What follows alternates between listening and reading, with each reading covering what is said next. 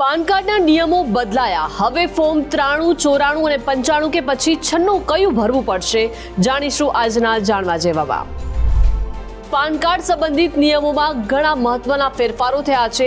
આ ફેરફારો સામાન્ય નાગરિકો, કંપનીઓ અને વિદેશી સંસ્થાઓ પર પણ અસર કરશે. હવે પાન કાર્ડના ફોર્મ 93, 94, 95 અને 96નું મહત્વ પણ સામાન્ય લોકો માટે ઘણું વધી ગયું છે. પાન કાર્ડના નિયમોને વધુ યુઝર ફ્રેન્ડલી બનાવવાનો હેતુ છે, જેથી નિયમોનું પાલન કરવું સરળ બને. આ ફેરફાર સાથે જૂના પાન ફોર્મને સંપૂર્ણપણે ખતમ કરી દેવામાં આવ્યા છે.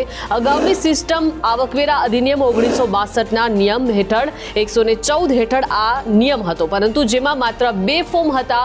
ભારતીય નાગરિકો અને સંસ્થાઓ માટે ફોર્મ 49A અને વિદેશી નાગરિકો અથવા સંસ્થાઓ માટે ફોર્મ 49AA.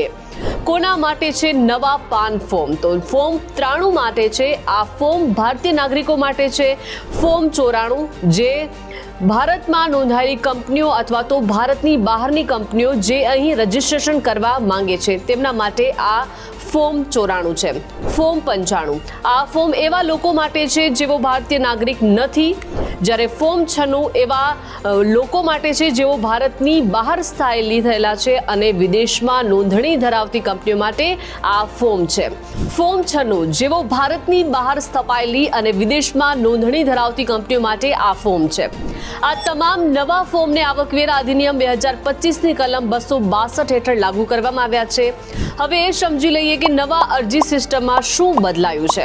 તો આવકવેરા વિભાગના જણાવ્યા અનુસાર નવા ફોર્મ પહેલા કરતાં વધુ ટૂંકા અને સમજવામાં સરળ બનાવવામાં આવ્યા છે.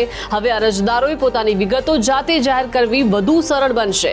દરેક ફોર્મમાં મોબાઈલ નંબર અને ઈમેલ આઈડી આપવું ફરજિયાત જેવું છે, અથવા તો પાન કાર્ડનું સ્ટેટસ ટ્રેક કરવું પણ હવે સરળ બનશે. આ ઉપરાંત ફોર્મમાં ફોટોગ્રાફ માટે મોટી જગ્યા અને ઓળખ સ્પષ્ટ કરવા માટે વધુ વ્યવસ્થિત ખાનાઓ આપવામાં આવ્યા છે, જેથી ભૂલો થવાની શક્યતા ઘટી જાય છે.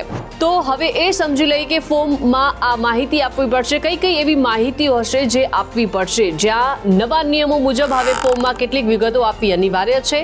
તમારે ફોર્મમાં તમારું આખું નામ લખવું પડશે, ભલે આધાર કાર્ડમાં નામ ટૂંકું હોય. આ સિવાય હવે માતાનું નામ લખવું પણ જરૂરી માનવામાં આવ્યું છે.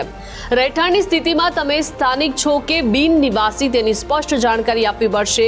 જો તમે તમારી ઓફિસના સરનામે પાન કાર્ડ મંગાવવા માંગતા હો તો તેનો વેલિડ પુરાવો આપવો પડશે. અમુક ખાસ કિસ્સાઓમાં પાસપોર્ટ અને ટીનની વિગતો પણ જરૂરી રહેશે.